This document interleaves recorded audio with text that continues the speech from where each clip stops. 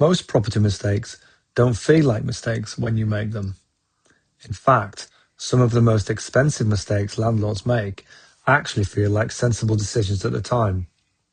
The property looks attractive, the mortgage is approved, the rent appears strong, the estate agent is enthusiastic, everything feels positive.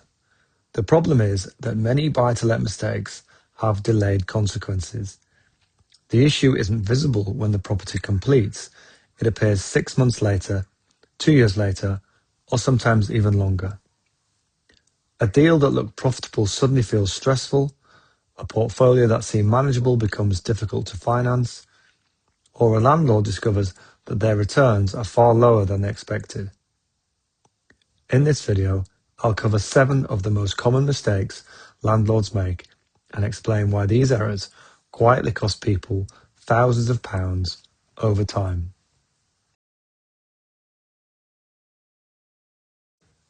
The first mistake is buying based on emotion rather than investment fundamentals. Many landlords walk into a property and instantly imagine themselves living there. They love the kitchen, they like the garden, the house reminds them of somewhere they would happily call home. The problem is that buy-to-let is not about what you personally value. It's about what tenants value and what creates sustainable financial performance. You can easily pay an extra £10,000 or £20,000 for features that tenants do not particularly care about. The result is a property that feels emotionally satisfying but delivers weaker returns. Successful investors learn to separate personal preferences from investment decisions. They focus on demand, cash flow, location, and tenant appeal rather than their own taste. Because when emotion drives a decision, the numbers often suffer.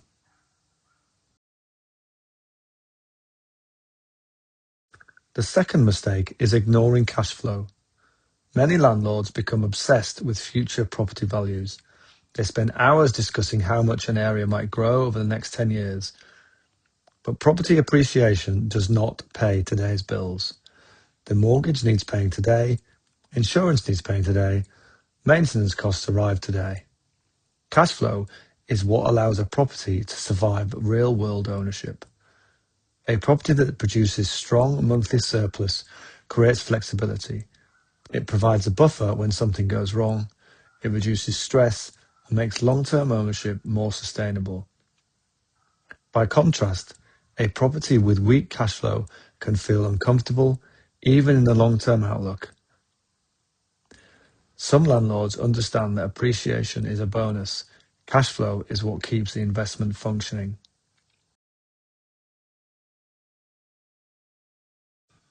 The third mistake is underestimating maintenance.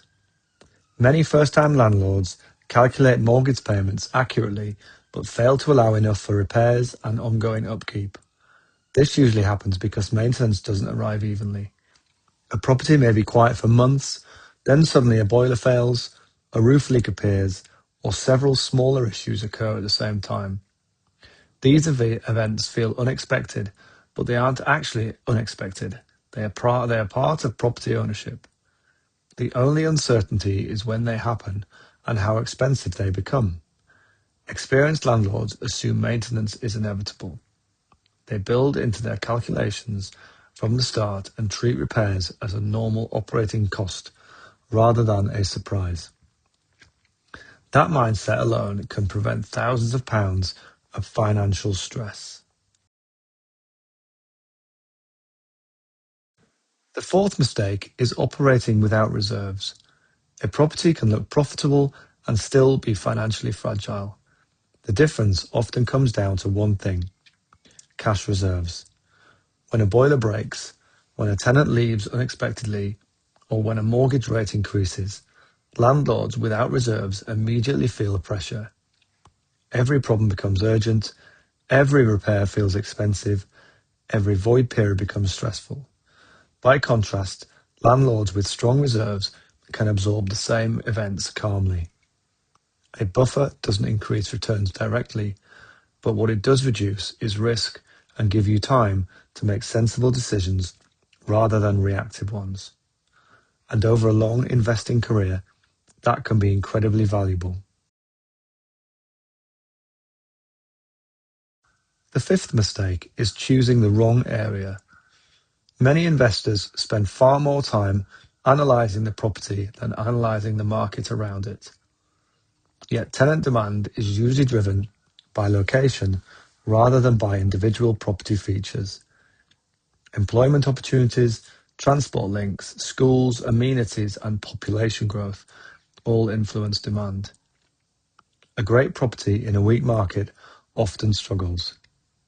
Meanwhile, an average property in a strong market can perform surprisingly well. This is why experienced investors often start with the location and then look for properties within it. Because tenant demands affect occupancy, rent levels, tenant quality, and long-term resilience. Location doesn't guarantee success, but choosing the wrong location can make success much, much harder. The sixth mistake is scaling too quickly. After a successful first purchase, many landlords become eager to expand. The enthusiasm is understandable. The property is that growth increases complexity. More properties mean more mortgages, more maintenance, more compliance, more tenants, and more financial exposure. The portfolio may look impressive from the outside, but internally it can become increasingly fragile. Sustainable portfolio growth usually happens gradually. The strongest landlords tend to focus on building stability first and scale second, because growth only helps if it strengthens the overall position. Fast growing without strong foundation often creates problems that take years to fix.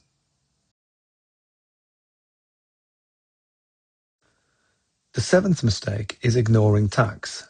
Many landlords analyze deals based on pre-tax figures. The problem is that pre-tax profits are not what you actually keep. The amount that matters is the money remaining after the tax has been paid. This becomes increasingly important as portfolios grow. Tax can significantly affect cash flow, reinvestment capacity, and long-term returns. A deal that looks excellent before tax may look very different afterwards. This doesn't mean tax should stop people investing. It simply means it needs to be understood. The best investors analyze properties based on realistic after-tax outcomes rather than optimistic assumptions. One reason these mistakes are so common is they don't feel like mistakes when they happen. Nobody intentionally buys a weak deal. Nobody deliberately underestimates maintenance. And nobody wakes up thinking, I'm going to ignore the risks today.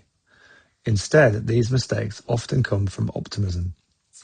The property market feels strong, the numbers look reasonable, the estate agent is positive, and the mortgage broker is supportive. Everything seems to confirm the decision. The problem is that property investing is usually judged over years, not weeks, and many decisions that feel sensible in the short term reveal their weaknesses much later. This is why successful landlords focus on realism rather than optimism when assessing opportunities.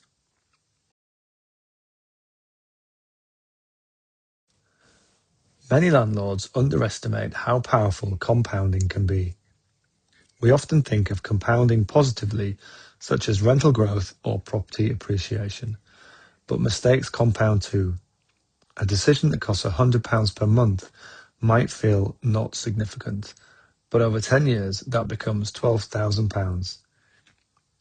A slightly weaker location, a slightly higher void period, a slightly higher maintenance cost, and slightly weaker cash flow may not seem dramatic individually, but combined, those smaller weaknesses can create a major difference in long-term performance. This is why attention to detail matters. In property, avoiding small mistakes repeatedly is often more valuable than occasionally making a brilliant decision. Successful landlords are often less exciting than people imagine. They don't necessarily buy the most fashionable properties. They don't always invest in the newest hotspots, and they rarely chase trends. Instead, they focus on fundamentals, strong tenant demand, reliable cash flow, reasonable financing, adequate reserves, and realistic expectations.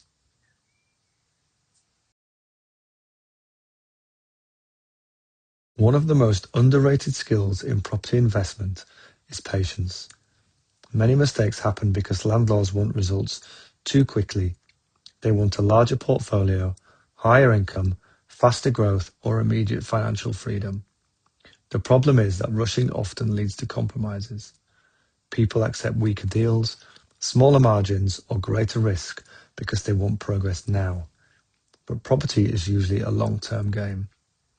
The investors who perform best often move more slowly than expected.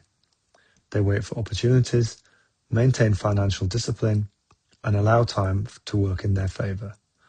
Patience may not feel exciting, but it is incredibly powerful.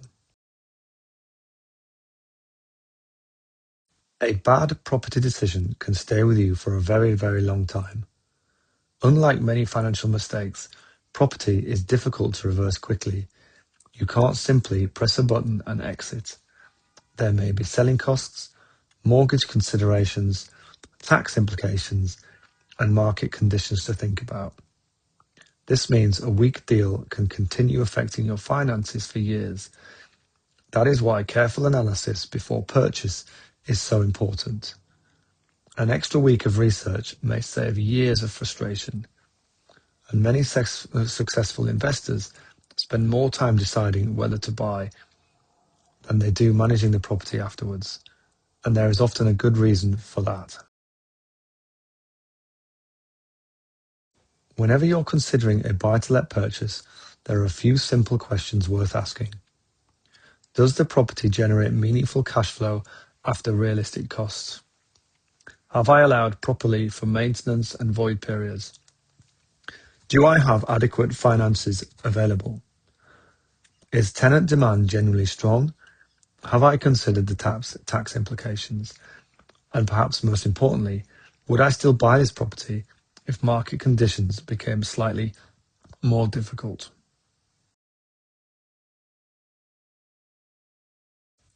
One of the biggest lessons in property investing is that success isn't always about finding extraordinary opportunities. More often, it's about avoiding expensive mistakes. Many landlords spend years searching for the perfect investment, but a better approach is often to avoid making poor decisions. Strong cash flow, strong demand, strong reserves, reasonable risk. These things may not feel exciting, but over time they create resilience, and resilience is what allows wealth to grow steadily over many years. Sometimes the biggest gains come not from what you do, but from what you successfully avoid. Every successful landlord makes mistakes. The difference is that they try to make smaller mistakes and learn from them quickly. The 7 mistakes we've covered today are common because they're easy to make and difficult to spot in advance. But understanding them puts you ahead of many investors, because good property investing is not about perfection. It's about making consistently sensible decisions and avoiding unnecessary risk. If you do that, you'll dramatically improve your chances of building a stable and profitable portfolio over time. This is the practical landlord.